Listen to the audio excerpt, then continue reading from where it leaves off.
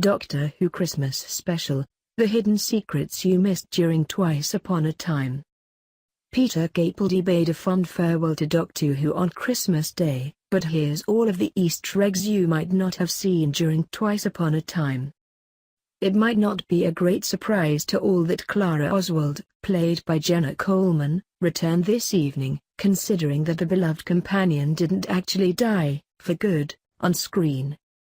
However, her appearance on screen was actually foreshadowed throughout the episode.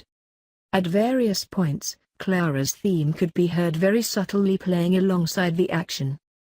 What's more, when the testimony were explained to the Doctor, Peter Capaldi, her tune echoed quietly alongside the exposition. Captain Lethbridge-Stewart. Head writer Steven Moffat is a fan of dropping in references to the classic series, and appears to have a soft spot for Brigadier Lethbridge-Stewart, Nicholas Courtney. Throughout his tenure, Steven has paid homage to the legendary companion, and has often referred to him in his biggest episodes. Tonight's episode saw him honored in one of the best ways through the captain, Mark Gatiss.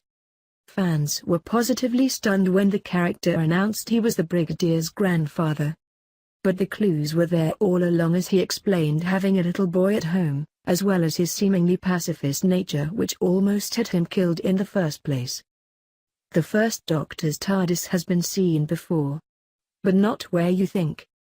David Bradley took up the role of William Hartnell's first Doctor, in a position that he is now becoming used to. The original Doctor's TARDIS was on full show earlier tonight, and it was actually the one that was used in An Adventure in Space and Time. David, 75, was actually cast by another of the Christmas special's guests in the role. Mark Gatiss, 51, wrote the script for An Adventure in Space and Time and actually suggested the Game of Thrones alumni would be perfect for the role. What's more, Peter Capaldi argued that he would make a perfect addition for Twice Upon a Time. Steven, 56, confessed at the Christmas launch, "I do have it on video from New York Comic Con.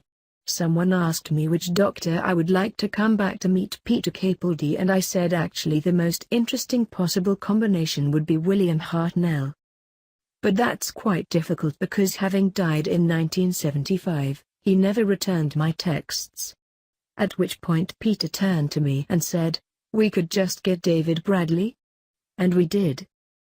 There wasn't actually a bad guy.